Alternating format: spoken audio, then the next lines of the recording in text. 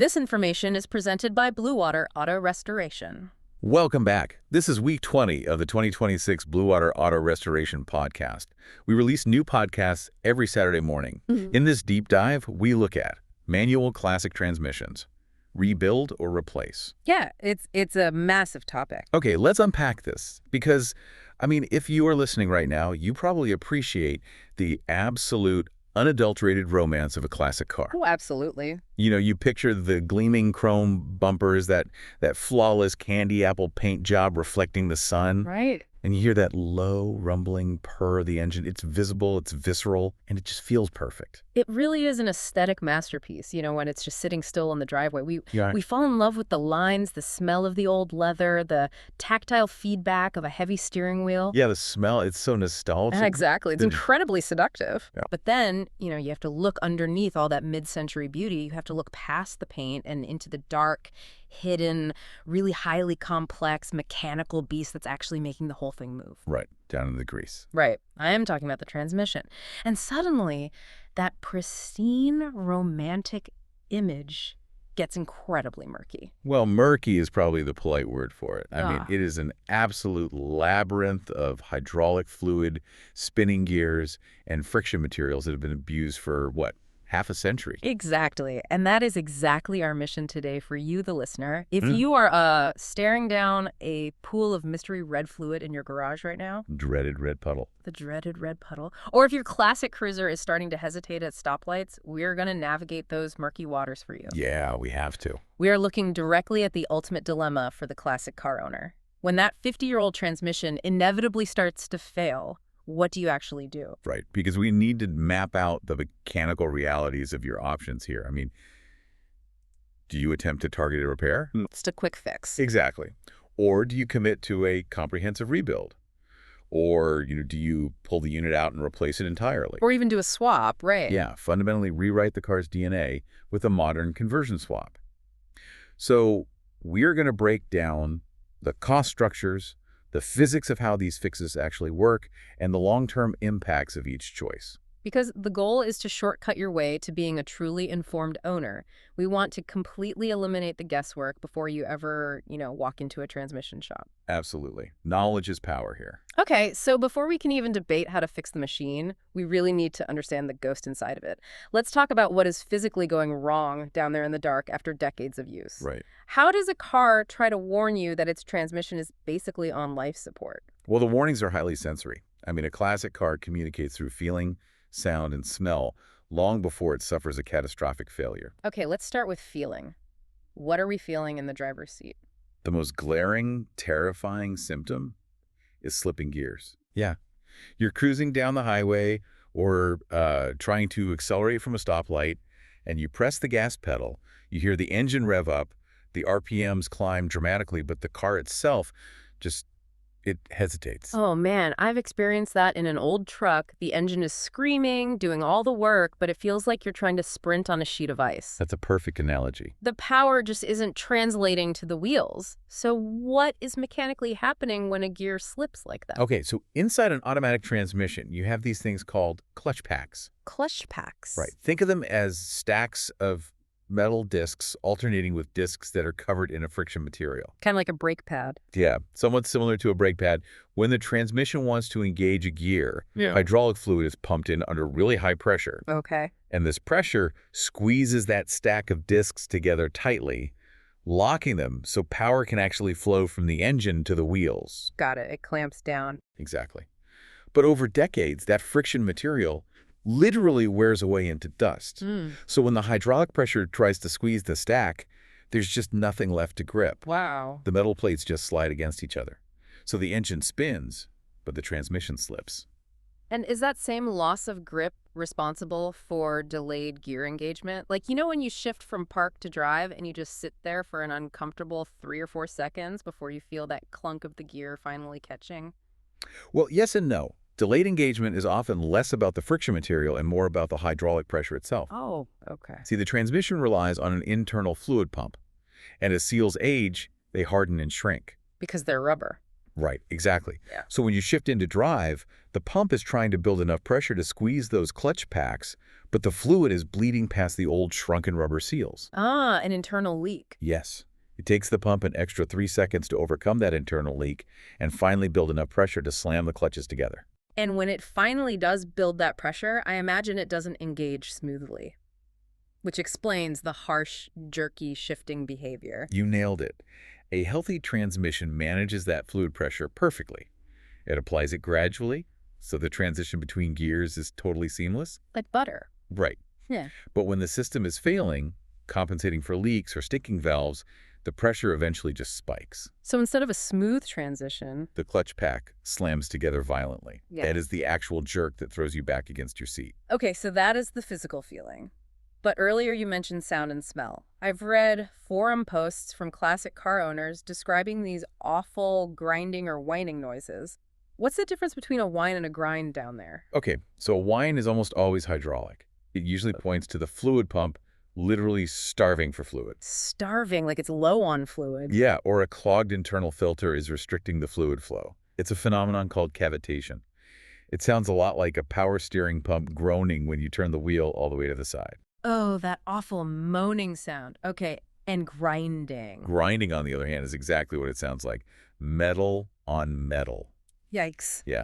The hard parts, the actual steel gears that mesh together to transfer torque, are wearing down or chipping. I mean, these components have been spinning and meshing under extreme load for 50 years. And speaking of extreme conditions, we have to talk about the smell.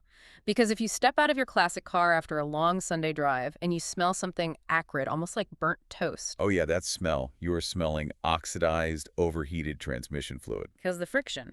Exactly.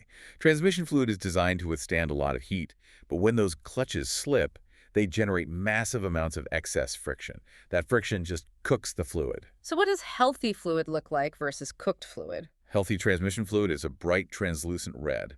Cooked fluid turns dark brown or even black, and it smells incredibly burnt. But I'm guessing black fluid is bad news. Very bad news. Once the fluid is cooked, it completely loses its ability to lubricate, which just accelerates the wear on everything else. And ideally, that fluid should actually stay inside the transmission. But so many owners walk into their garage and see that dreaded puddle of red fluid underneath the vehicle. Leaks are the absolute bane of the classic car owner's existence. Wow. I mean, the transmission case is sealed with rubber, cork, and paper gaskets. Cork and paper. Yeah, very common in the 60s and 70s. And after half a century of thermal cycling, heating up to 200 degrees and cooling back down to freezing, over and over, those pliable materials just become brittle plastic. Right, they lose all their squish. Exactly, they crack. And when they crack, you lose fluid. When you lose fluid, you lose hydraulic pressure and lubrication. And without lubrication, friction increases, which creates more heat, which cooks whatever fluid is left. Right. It's just a vicious, exponential cycle of destruction. It makes me think of a human joint, like an ankle or a knee, that has run ultramarathons for 50 years. Eventually, the cartilage just wears down. It's bone on bone. That's a very accurate way to picture it. You can't expect a 50-year-old knee to have the efficiency, the fluid movement, or the strength of a 20-year-old knee. But here's my pushback. Okay, let's hear it. If my 50-year-old knee's hurt, I don't necessarily go get a total knee replacement immediately. I might just take some ibuprofen and keep walking. Fair enough. So if my classic car still drives, if it still gets me to the local Saturday morning car show, can't I just ignore a little whining noise? Can't I just slide a drip pan under the car, keep topping off the fluid leak, and live with it? This raises an important question, because the top it off and ignore it strategy is a trap that countless vintage car owners fall into. It's tempting. It's cheap. It is tempting, but the reality of the mechanics says you cannot ignore it. A failing transmission does not exist in a vacuum. It actively threatens the longevity of the entire vehicle. How so? Think about the strain it puts on the engine. If the transmission is slipping, you are forcing the engine to rev higher and work exponentially harder just to maintain normal speeds. So by being too stubborn to fix a leaky transmission, I could actually destroy a perfectly good original engine. Without a doubt. Yeah. Furthermore, you are risking sudden, catastrophic failure. Catastrophic. Yeah. The transmission doesn't usually grenade itself while you are safely parked in the driveway. It shatters when it is under maximum load. Oh man, like merging. Exactly. Eh. It happens when you are merging onto a busy highway, Yeah. stepping on the gas, and suddenly a weakened gear shears all its teeth off. You instantly have zero power to the wheels with a semi-truck bearing down on you. That is It terrifying. leaves you stranded, it is highly dangerous, and when internal metal parts shatter, they send shrapnel through the entire unit. That multiplies your repair bill tenfold. Okay, I am sufficiently terrified. No more ignoring the drip pan. Let's say I've listened to the warnings. I noticed the slipping, I smelled the burnt fluid, and I brought it into a specialized shop before the whole thing exploded into shrapnel. Smart move. Let's look at the options on the table. Option 1, the targeted repair. I look at this as a surgical strike. If the transmission isn't completely destroyed, is a targeted repair enough to get me back on the road? Well, it can be, but the diagnostic process has to be really rigorous. A specialist isn't just going to guess based on a puddle. Right, they can't just throw parts at it. Exactly. They connect pressure gauges to external diagnostic ports on the transmission case to read the exact hydraulic pressure at various RPMs. Like taking its blood pressure. Great analogy. They take it for a test drive to replicate the specific delay or slip. They pinpoint the exact point of failure. And if the failure is localized, they perform a partial disassembly. When you say partial, I assume that means the mechanic doesn't have to hoist the entire engine block and transmission out of the car? Exactly. The transmission casing stays bolted to the engine block under the car. The mechanic puts the car on a lift and just drops the transmission pan. Okay, what exactly is the pan, and what are they looking for when they take it off? The pan is the metal reservoir bolted to the very bottom of the transmission that holds all the excess fluid. Like an oil pan on an engine? Exactly like that. When they unbolt it and drain the fluid, the first thing they look at is the bottom of that pan. A healthy pan has just a tiny bit of gray dust on the internal magnet. Just normal wear. Right. But a failing transmission will have a pan full of shiny metal shavings or thick black sludge from burnt clutch material. Once the pan is out of the way, the mechanic has direct access to the filter and, more importantly, the valve body. Ah, the valve body. We see that term in every source document, but it's rarely explained well. What does the valve body actually do? The valve body is the hydraulic brain of the transmission. If you look at it, it looks like an intricate aluminum maze. A maze. Yeah, a solid block of metal with dozens of worm-like channels milled into it. Oh, wow. And inside these channels are tiny steel check balls and spring-loaded cylindrical valves. As you drive, hydraulic fluid is forced through this maze. So it's directing the fluid? Exactly. Depending on how fast you are going and how hard you are pressing the gas pedal, the fluid pushes different valves open or closed, routing pressure to engage the correct gear. So if my car is holding on to first gear way too long and shifting harshly into second, the mechanic might drop the pan, look at that valve body, and find that one of those tiny spring-loaded valves is jammed with a piece of debris. Precisely. In a targeted repair, they might remove the valve body, meticulously clean it, unstick that specific valve, replace the degraded rubber gasket sealing it to the transmission, pop a fresh filter in, and bolt the pan back up. Just fix the exact problem. Yeah. They might also adjust the external linkage bands. What are the bands? Are those different from the clutch packs you mentioned earlier? They are. While clutch packs squeeze together to lock gears, bands are literal steel straps lined with friction material. So they wrap around things. Exactly. They wrap entirely around the outside of a spinning metal drum inside the transmission. When hydraulic pressure is applied, the band constricts, gripping the drum and stopping it from spinning. So it's like a bear hug on a spinning drum. Good way to picture it. Over time, that friction material wears down and the band becomes loose. In a targeted repair, a mechanic can sometimes just tighten the adjusting screw on the outside of the transmission case to take up the slack in a worn band. Oh, restoring normal shifting without even taking the transmission apart. Right. I see the massive appeal here. The pros of this surgical strike are glaringly obvious. It is the fastest option. You aren't leaving your car in a shop for 6 months. Not at all. And it is incredibly budget-friendly because you aren't paying for 40 hours of a master mechanic's labor. It saves a lot of money up front. But I have to push back here on the logic of it. Go for it. Aren't we just putting a Band-Aid on a bullet wound? I mean, if the car is 50 years old and one rubber seal inside the valve body just dry rotted and failed, replacing that single seal seems naive. It does. The seal right next to it has the exact same mileage, the exact same thermal cycles, and the exact same age. It feels like you were just setting your watch and waiting for the next failure. And that is the exact limitation of the targeted repair. Oh. A targeted repair is generally only recommended under two circumstances. Okay, what are they? First, if the issue is strictly related to easily accessible exterior seals, like the tail shaft seal where the drive shaft connects. So something you don't have to dig for. Right.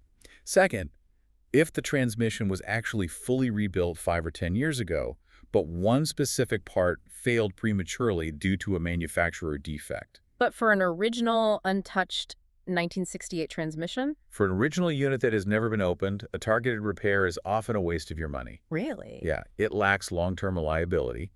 You fix the pan gasket and unstick a valve today, but the internal lip seals hidden deep inside the clutch drums will blow next week. Because they're just as old. Exactly. Yeah. If one 50-year-old component is failing due to simple old age, the others are guaranteed to be right behind it.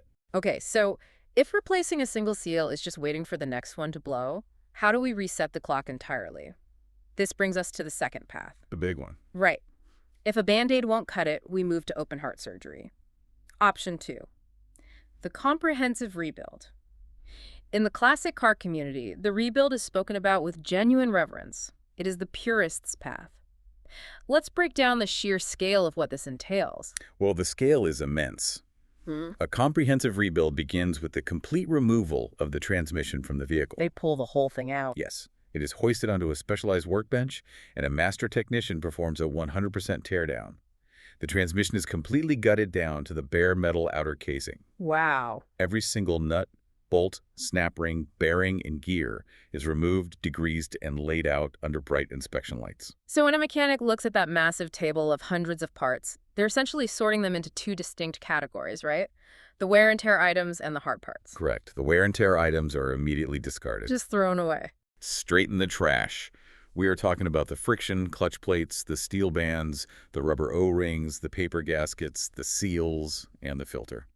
Even if they look okay, they are thrown away. Because they're cheap enough to just replace. Right. These are consumable items designed to take the brunt of the physical abuse. A rebuild kit will replace every single one of these with brand new components. The hard parts, however, are a different story. The hard parts being the heavy metal pieces, the metal drums, the main shafts transferring the power, the valve body we talked about, and the planetary gears. Yes. Now, before we talk about fixing them, we need to understand what they are. I think planetary gears is one of the coolest sounding mechanical terms, but how does a planetary gear set actually work in a classic transmission? It is an absolute marvel of engineering. Imagine a solar system. Okay. In the dead center, you have a central gear, appropriately called the sun gear.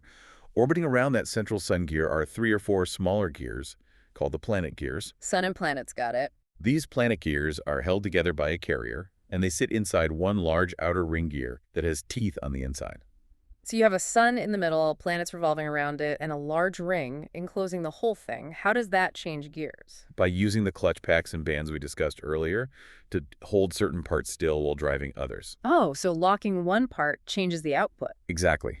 If the transmission uses a band to lock the large outer ring gear in place and the engine spins the sun gear, the planet gears are forced to walk around the inside of the ring. Making them turn slower. Yes, turning the output shaft at a lower speed but with higher torque, that gives you first gear. Wow. If you lock the sun gear instead and spin the ring gear, you get a completely different speed and torque output.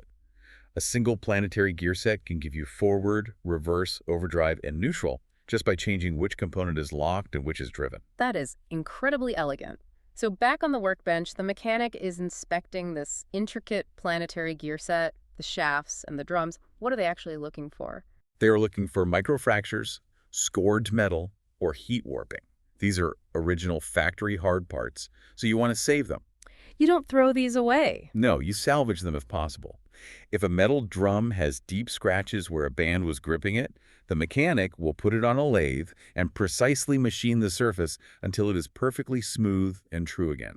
Bringing it back to exact factory tolerances. Right. But what happens if a hard part is completely destroyed? Let's say one of those little planet gears lost a tooth, or the aluminum valve body cracked from heat stress. You can't just buff that out. No, you certainly can't. From our research, this is where the rebuild hits the absolute wall, the needle in a haystack dilemma. It is the most frustrating, agonizing aspect of classic car restoration. I can imagine. Because if you have a modern car, a mechanic clicks a button on a computer, and a new planetary gear arrives on a delivery truck the next morning. Right, Amazon Prime for car parts.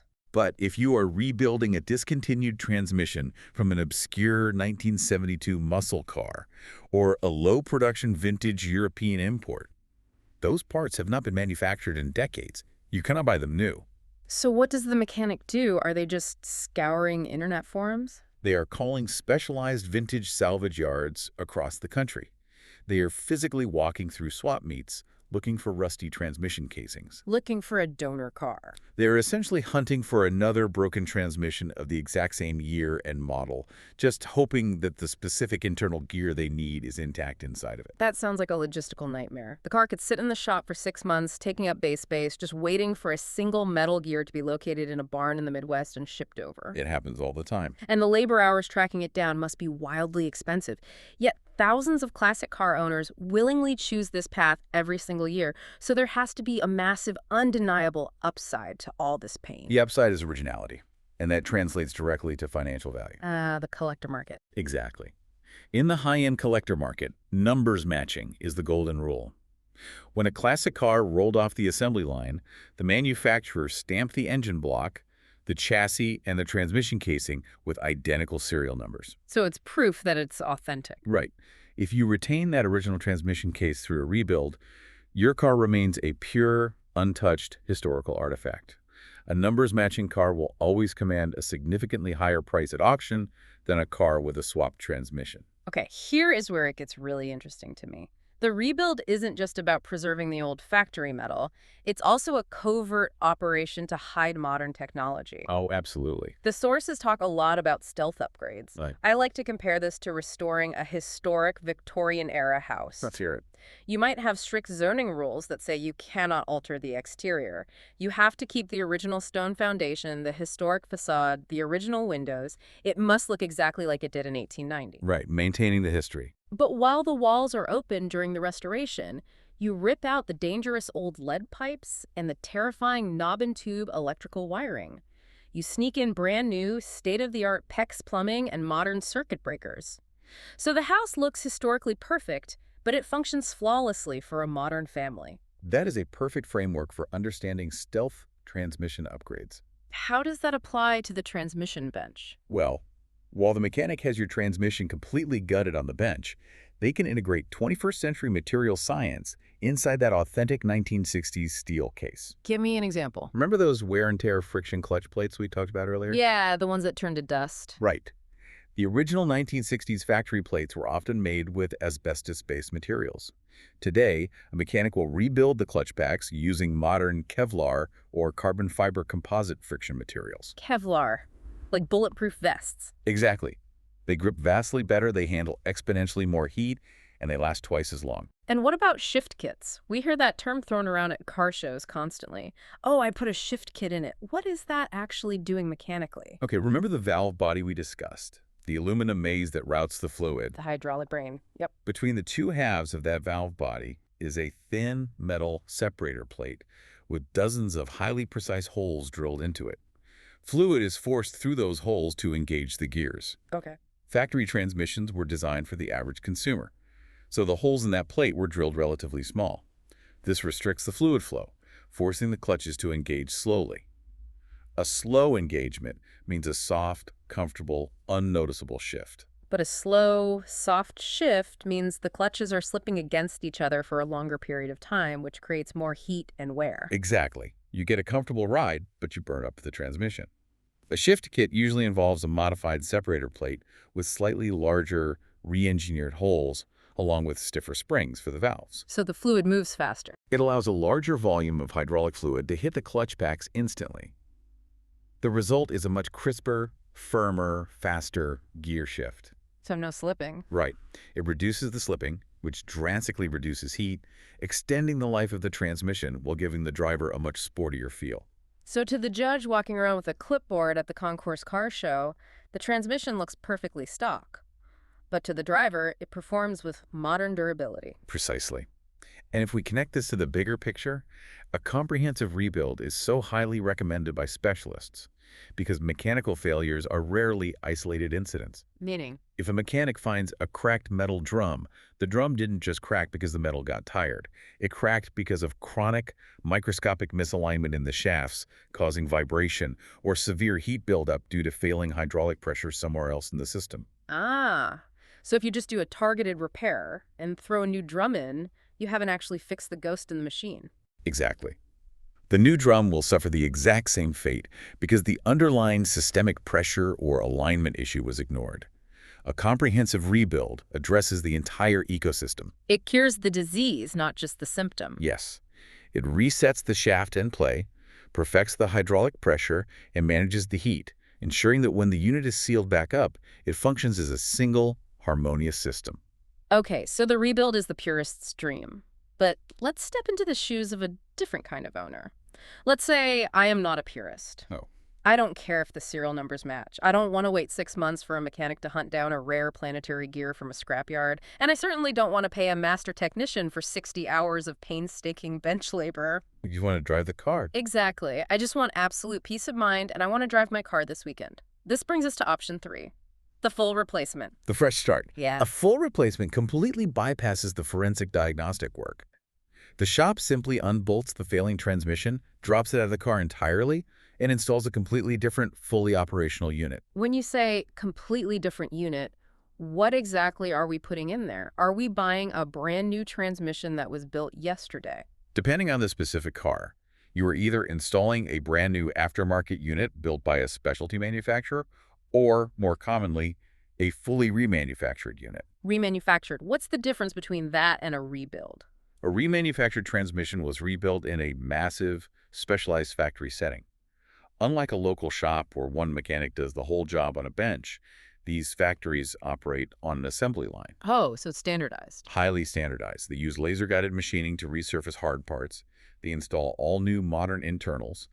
This is key. They run the finished unit on an advanced dynamometer to test the hydraulic pressures under simulated driving loads before it ever leaves the building. So they know it works before they ship it. When do the experts actually recommend throwing in the towel on the original transmission and opting for a full replacement? Usually the decision is forced by severe catastrophic damage. If a gear shatters and sends a chunk of steel right through the aluminum transmission casing, that case is ruined. Game over. Yeah, you cannot rebuild a cracked housing.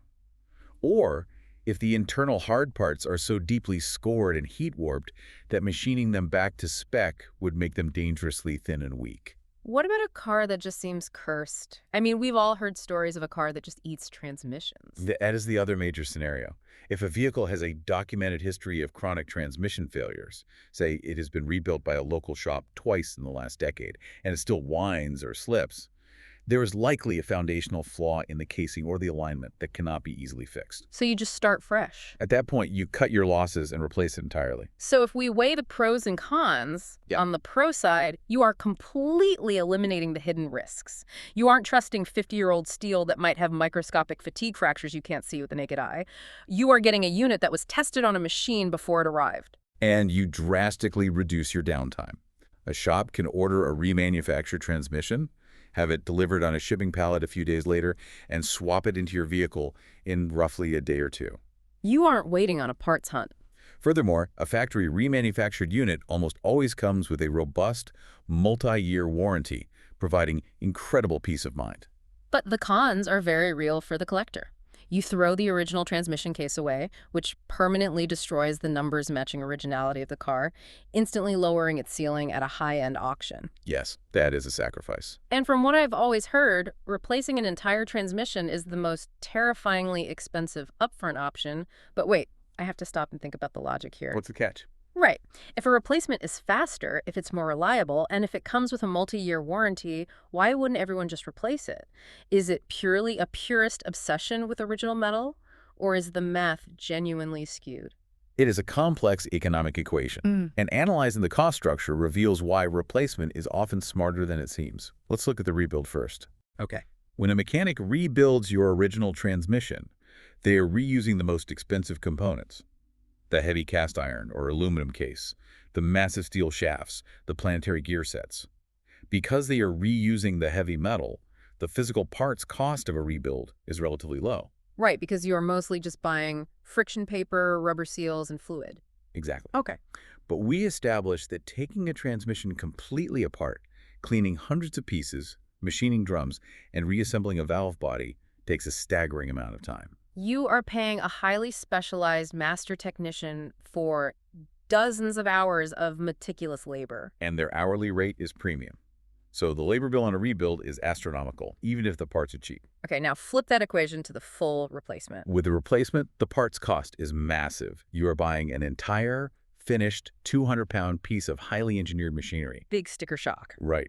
But the labor drops off a cliff. Right. The shop doesn't have to diagnose the internal failure, they don't have to disassemble anything on a bench, and they don't have to clean a single valve. It is purely a mechanical swap. Exactly. Unbolt the old bell housing, slide the old unit out, lift the new unit up, bolt it to the engine block, connect the drive shaft, and fill it with fluid. So you are trading expensive diagnostic labor for an expensive part? Yes. And because of the assembly line efficiency of the factory that built the replacement, you are essentially getting higher quality machining for less money. Therefore, for a vehicle with heavy internal wear, a full replacement can actually be a highly cost-effective long-term investment. Makes total sense when you break it down like that. Yes, the upfront sticker shock of buying a whole transmission is higher.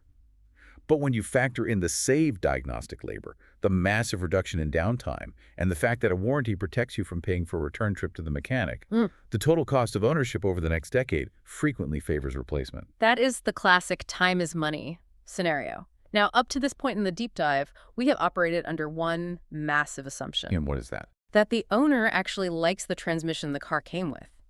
We have talked entirely about preserving the original engineering or replacing it with an exact replica. But what if the original transmission, even when it is functioning flawlessly, simply does not fit the way you want to drive the car today? Oh. This takes us out of restoration and into the realm of the modern rest-a-mod. Option 4, the conversion or the swap. Right. We are no longer repairing the car. We are fundamentally rewriting its mechanical DNA.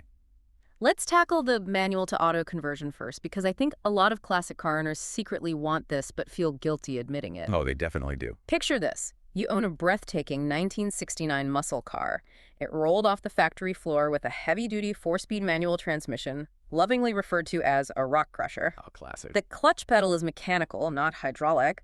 Pushing that clutch down requires the leg strength of an Olympic powerlifter. In 1969, driving that car on wide-open country roads without traffic, slamming through the gears, was an incredibly visceral, thrilling experience. But fast forward to 2026.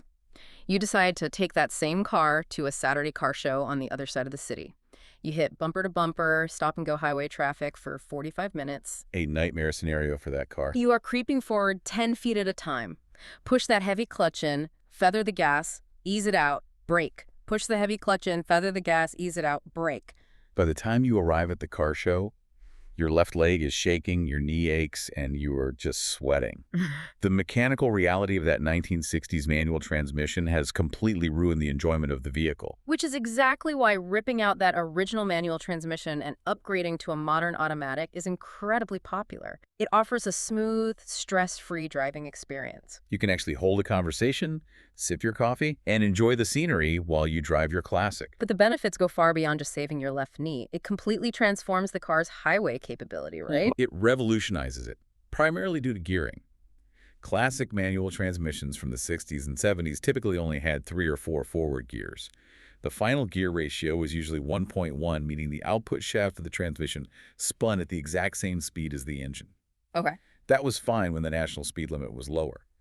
But today, if you take a classic 4-speed onto a modern interstate and try to keep up with traffic at 75 miles an hour, your engine is screaming at 3,500 or 4,000 RPMs. Oh, it sounds like an airplane taking off in the cabin. The whole car vibrates, the heat coming through the floorboards is intense, and you can practically see the fuel gauge needle dropping in real time. Exactly. Modern automatic transmissions, which you can retrofit into these classic cars, are designed with 4, 6, or even 8 forward gears, including multiple overdrive gears. Okay, I know what overdrive feels like. The engine suddenly goes quiet on the highway. But what does an overdrive gear actually do mechanically? Simply put, an overdrive gear ratio allows the output shaft of the transmission, and therefore the rear wheels, to turn faster than the engine itself is turning. It optimizes the engine speed. How does that math work out on the road? Let's say your engine is spinning at 3,000 RPMs in a classic 1.1 gear to maintain 70 miles an hour. If you swap in a modern transmission with a 0.70 overdrive ratio, the transmission is multiplying the rotation. So it takes less effort from the engine. Right.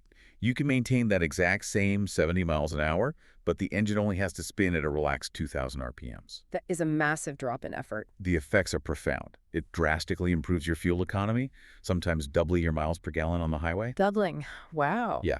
It quiets the cabin down so you can actually hear the radio. It significantly reduces the operating temperature of the engine, and it extends the lifespan of the engine bearings and piston rings because the engine just doesn't have to work as hard to maintain cruising speed. I love that. But of course, the automotive world is full of different passions. There are driving purists out there who want the exact opposite. They are looking at an auto to manual conversion. The purists, yes. Let's say they bought a beautiful, classic luxury coupe that came from the factory with a sluggish, slow-shifting, two-speed automatic. Feels like driving a waterbed.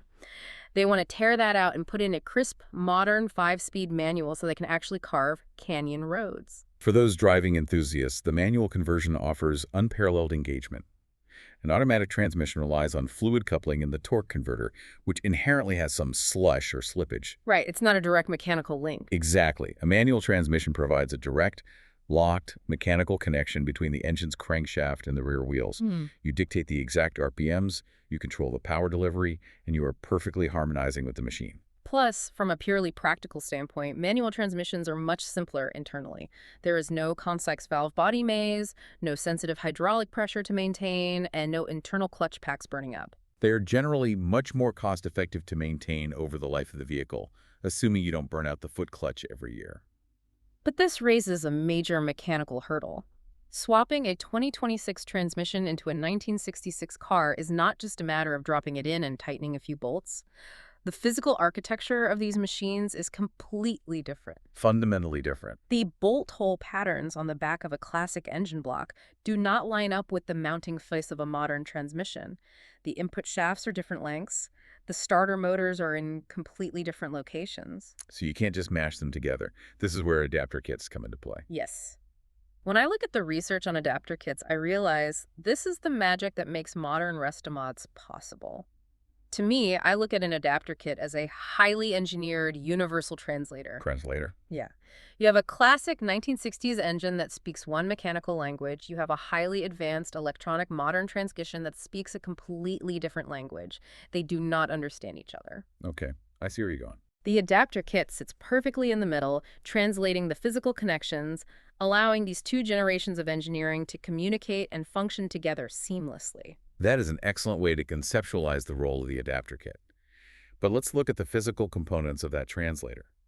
A high-quality kit centers around a custom-cast bell housing, or an adapter plate. The bell housing being that. The large, cone-shaped metal housing that bolts directly to the back of the engine block and encloses the torque converter, or the clutch assembly.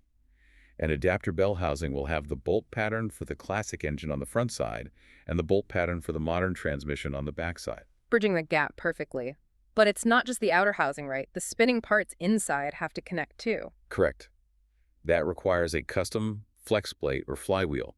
The flex plate bolts to the spinning crankshaft of the engine and transfers the rotational energy into the transmission. And if they don't match? If the new transmission requires a different bolt pattern for its torque converter, the kit provides a specialized flex plate to marry the two together.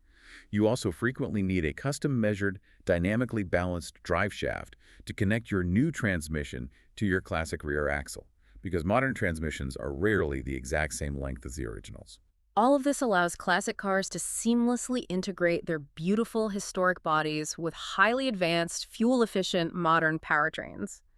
It is essentially future-proofing the vehicle. You get the gorgeous aesthetic and the nostalgia of the 1960s, paired with the absolute reliability and highway cruising comfort of the 2020s. It is the best of both worlds.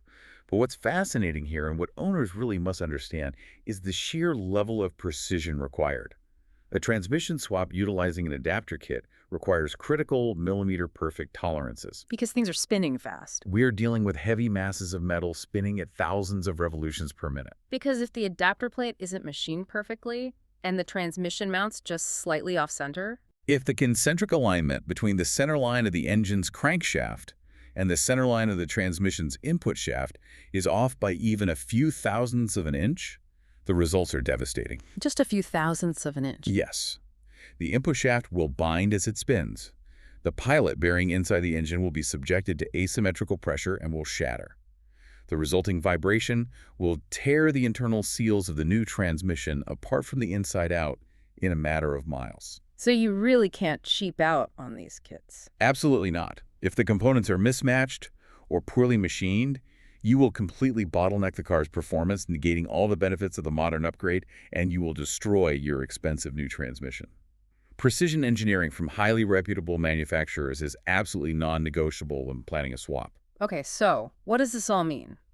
We have systematically laid out the entire menu for the listener. We have covered the surgical strike of the targeted repair, the open heart surgery of the comprehensive rebuild, the fresh start of a full replacement, and the DNA-altering process of the conversion swap.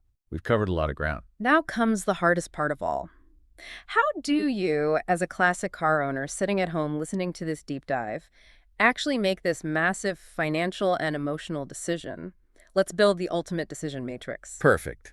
Let's distill all of this mechanical theory into 4 distinct decision points that listeners can immediately apply to their own lives, their own budgets, and their own vehicles. Decision point 1. Evaluate your actual driving habits. I want you to mentally test drive these options right now. Look at your classic car in the garage. What is your realistic goal for this vehicle? It's all about how you use it. Are you building a pristine, untouchable museum piece that only ever rolls out of a climate-controlled garage onto a trailer to go to concourse car shows? Or is this a weekend cruiser that you want to throw your kids in, get ice cream, and take to the beach without the constant gnawing fear of breaking down on the side of a busy highway?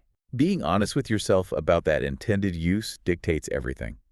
If your reality involves sitting in heavy stop-and-go traffic on your way to local cruise nights, you should heavily lean toward upgrading to a modern automatic conversion. Save the knee. Your left leg will thank you, and you will actually enjoy driving the car. However, if you live out in the country, avoid traffic, and spend your Sunday mornings carving through open, winding back roads. The visceral engagement of a manual transmission swap is probably the perfect fit for your lifestyle. Decision point 2. Fuel efficiency and highway comfort. Are you actively bothered by the high fuel consumption and the noise of your classic 3-speed? Most people are. If you are constantly wincing at the gas pump and you avoid taking the car on the interstate because it is loud, hot, and vibrating at 70 miles an hour, then retaining the original transmission setup is a mistake. Upgrading to a modern automatic or 5-speed manual with overdrive gears is the definitive fix to make the car road trip worthy. Decision point 3 is critical from a financial perspective. Oh. Resale value versus originality. You have to clearly define your long-term relationship with the car. Are you keeping it forever? Right. If you view the vehicle as a financial investment and your master plan involves selling it at a high-end auction in 5 years, you have very little flexibility. You absolutely must endure the painful, expensive process of rebuilding the original transmission to maintain that numbers-matching pedigree. The collector market demands originality above all else. But if you plan to be buried in this car and you just want to drive it every single day, Then the theoretical collector value means nothing to you. Do not let the purists dictate your enjoyment. An upgraded remanufactured replacement or a modern swap is a far superior choice for your daily reliability, safety, and comfort. And finally, decision point 4. Budget versus future plans. It is the classic question of paying the piper now or paying him later. Can you stomach the much higher upfront cost of a full replacement or a modern conversion right now in order to save yourself from repeated, agonizing, expensive trips to the mechanic over the next 5 to 10 years? It is entirely an assessment of your personal risk tolerance. A targeted repair might save you thousands today, but it leaves you vulnerable to the next 50-year-old seal failing next month. Right. A full replacement stings today, but the multi-year warranty guarantees your weekends won't be ruined. Once a listener has navigated that matrix and made their fundamental decision, there are a few practical shop floor tips that every classic car owner needs to adhere to, regardless of which path they choose.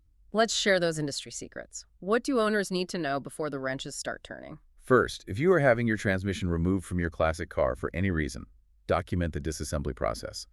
Pull out your phone and take highly detailed photos of the engine bay. Take photos of everything. Photograph how the throttle linkages are connected, how the vacuum lines are routed, and where the original wiring harnesses sit. That sounds like basic advice, but I imagine it saves absolute nightmare. It does.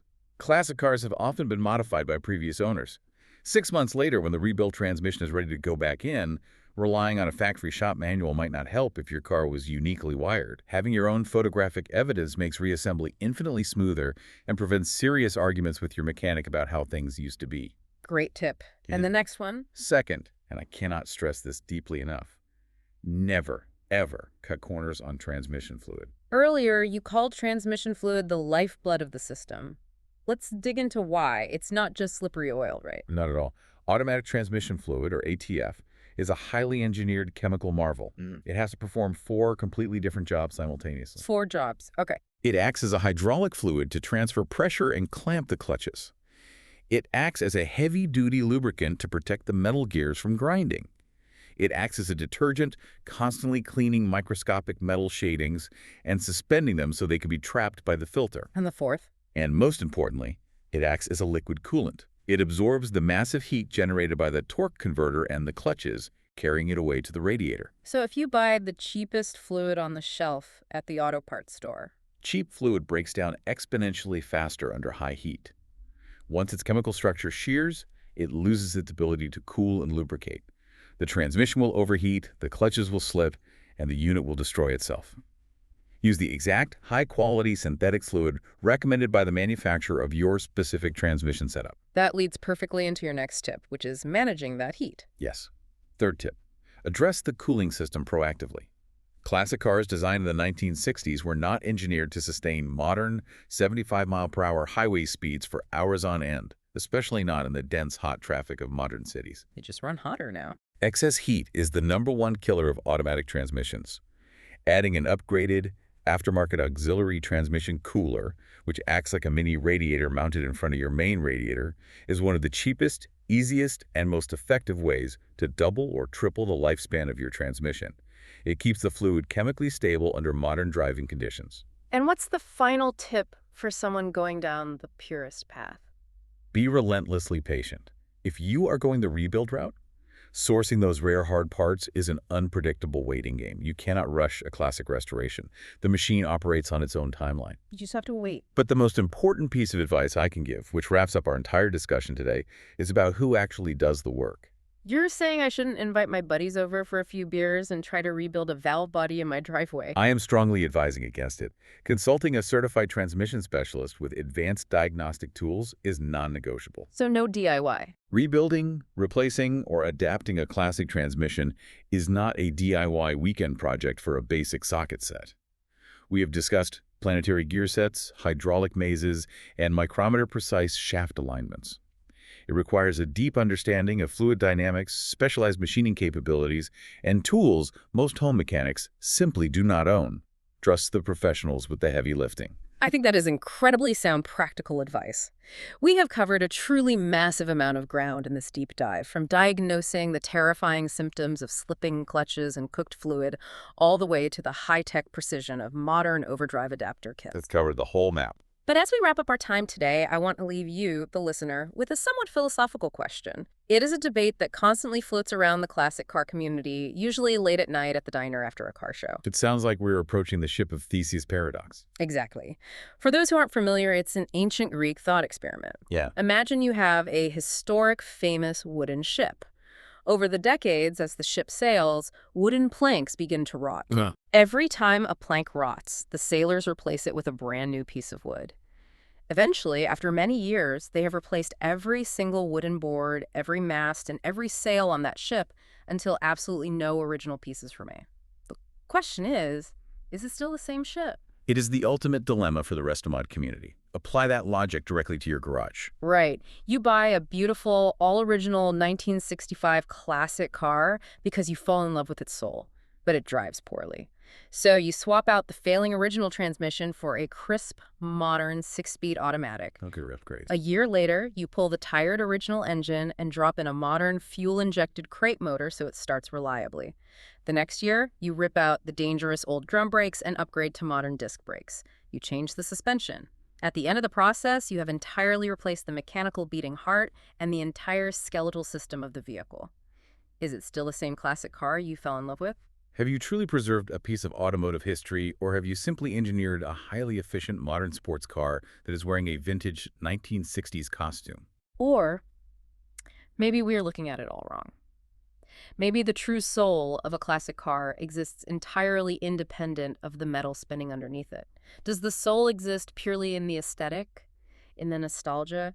Does it exist in the way the car makes you feel when you are gripping that thin wooden steering wheel, looking out over that long, beautiful, sweeping hood, and watching the sunset reflect off the chrome? That's a beautiful thought. If it makes you feel like you are back in 1965, does it really matter if a 2026 transmission is shifting the gears? It is something for you to mull over the next time you slide into the driver's seat and turn the key.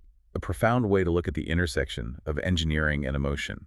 Be sure to visit the BlueWaterAutoRestoration.com website for more resources. And as always, our podcasts are available on Spotify, YouTube, Apple Podcasts, or SoundCloud. Keep cruising, keep learning, and we will see you on the next deep dive.